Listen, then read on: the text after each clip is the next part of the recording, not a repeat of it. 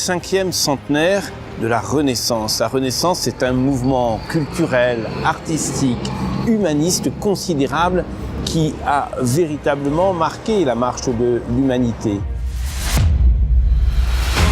Léonard de Vinci est immortel. Il a tellement rêvé le futur qu'il l'a anticipé avec 5 siècles d'avance. Et à l'heure où l'innovation fait bouger nos économies, Léonard de Vinci est profondément actuel.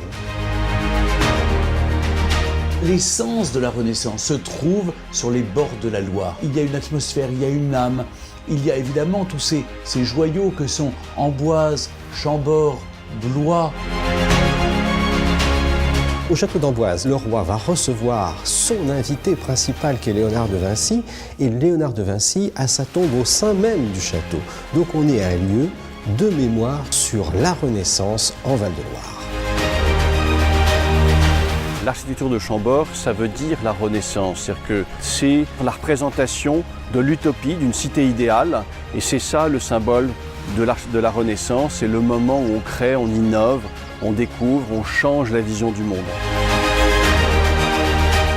La Renaissance a marqué durablement le paysage du Val-de-Loire avec le développement des jardins. C'est ici que s'est inventé un nouveau type de jardin qui était importé d'Italie.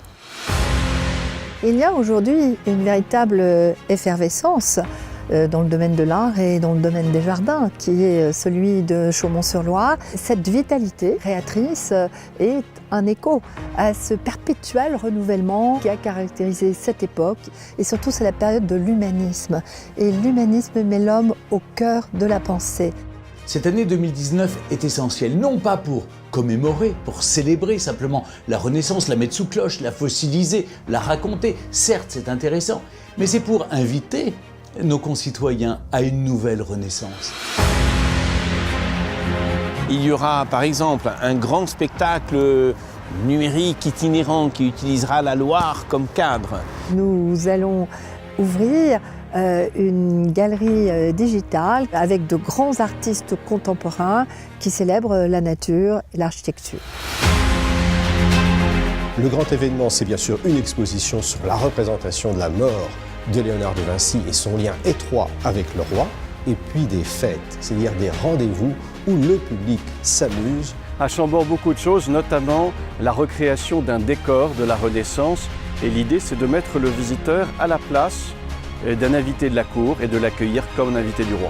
Nous allons créer un nouvel espace consacré à Léonard de Vinci, peintre et architecte. Donc en un seul voyage, nos visiteurs pourront revoir ces 17 chefs-d'œuvre qui sont aujourd'hui dispersés dans le monde entier et qui seront rassemblés virtuellement dans cet espace muséographique. Je veux qu'à travers Léonard de Vinci, on soit dans une position, dans un état d'esprit, dans une capacité d'émerveillement qui nous ouvre véritablement les uns aux autres et au monde de demain.